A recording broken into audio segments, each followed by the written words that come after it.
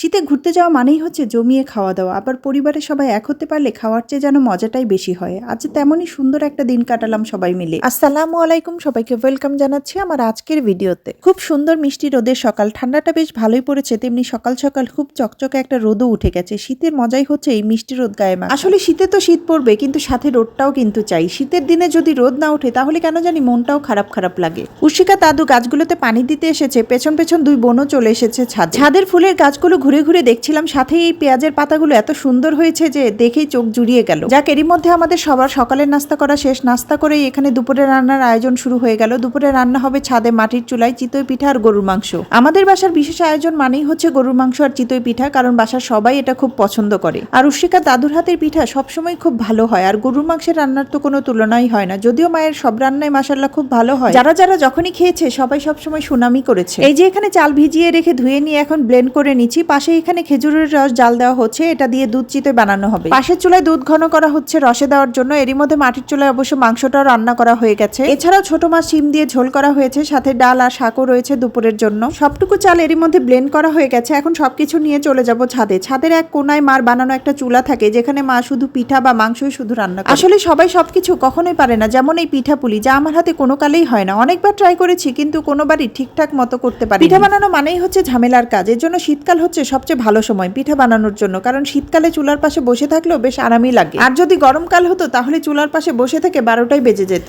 যাক, মা কিন্তু এরই মধ্যে পিঠা বানানো শুরুও করে দিয়েছে। মাশাআল্লাহ সবগুলো পিঠাই দারুণ হচ্ছে। চিতই পিঠার উপরের অংশটা ফুলকো নরম, আর নিচের অংশটা একটু শক্ত ক্রিস্পি হলে তাহলেই চিতই পিঠার আসল মজা। আর এই শীতের দিনে ধোয়া ওঠা চিতই পিঠা এখন বেশ জনপ্রিয় হয়ে উঠেছে সবার মাঝে। তো মা প্রথমবারে পিঠাগুলো তুলে নিয়ে এখন পিঠার সাজে আবার নতুন করে পিঠা দিয়ে দিচ্ছে। এদিকে পিঠা হচ্ছে, সাথে পিঠা খাওয়াও চলছে। আসলে গরম পিঠা ঠান্ডা করে খাওয়ার তো কোনো মানেই হয় না। তো এখানে উর্ষিকার ফুপি খেতে বসেছে, তো আমাকে ডাকছে চল একসাথে বসি। তো আমি বললাম আগে একটু ভিডিও করে নি। তো আপু আবার বলছে তো আগে বলবি না ভিডিও করবি, তাহলে তো কাচের প্লেটে খেতে বসতাম। তো এইসব নিয়েই আমরা আবার খুব হাসাহাসি করছিলাম খাওয়ার মাঝখানে। আসলে পরিবারের সবাই একসাথে হলে এটাই মজা। তো পাশেই উর্ষিকার আঙ্কেল খাচ্ছে দেখে বললাম দাঁড়ান ভাইয়া, আপনাকে একটু ভিডিও করি। আপনি যে শ্বশুরবাড়ি এসে পিঠা মাংস খাচ্ছেন তার একটা প্রমাণ রাখতে হবে। তো ভাইয়াও আবার মজার মানুষ, সে বলছে আগে বলবা তো, তাহলে একটু মেকআপ করে খেতে বসতাম। তো এখানে বাচ্চারাও আজকে মাশাআল্লাহ ভালোই পিঠা খেয়েছে। আরহাম তো এমনিতেই পিঠা মাংস খুব পছন্দ করে। উর্ষিকা উজ্জিকা লিয়ানাও আজকে মাশাআল্লাহ খুব ভালোই খেয়েছে। এই যে সন্ধ্যায় উর্ষিকার আরেক ফুপির সাথে উজ্জিকা এখানে রান্নাবাটির খেলনা নিয়ে বসে গেছে। এখানে আফরিনও চলে এসেছে উর্ষিকা উজ্জিকার সাথে খেলতে। আফরিন উর্ষিকার চেয়ে বয়সে অনেকটা ছোট হলেও জ্ঞান বুদ্ধি কথাতে মাশাআল্লাহ অনেকটাই পাকাশি। দুপুরে ভেজানো হয়েছিল দুধ চিতই পিঠা, এখন সন্ধ্যাবেলা রসের ডুবে চিতই পিঠা একদম নরম তুলতুলে হয়ে গেছে। উর্ষিকার ছোট ফুপি কাকর এখানে পিঠা খেতে বসেও গেছে। এখন আমিও নিজের জন্য প্লেটে বেড়ে নিব। পিঠা জিনিসটা আসলে সবসময় সবাই একসাথে খেতেই বেশি ভালো লাগে। যাই হোক, পিঠা খেতে খেতে আজকের ভিডিওটি এই পর্যন্তই। এতক্ষণ সাথে থেকে পুরো ভিডিওটি দেখার জন্য সবাইকে ধন্যবাদ। কথা হবে নতুন কোনো ভিডিওতে, সেই পর্যন্ত ভালো থাকবেন সবাই। আল্লাহ হাফিজ।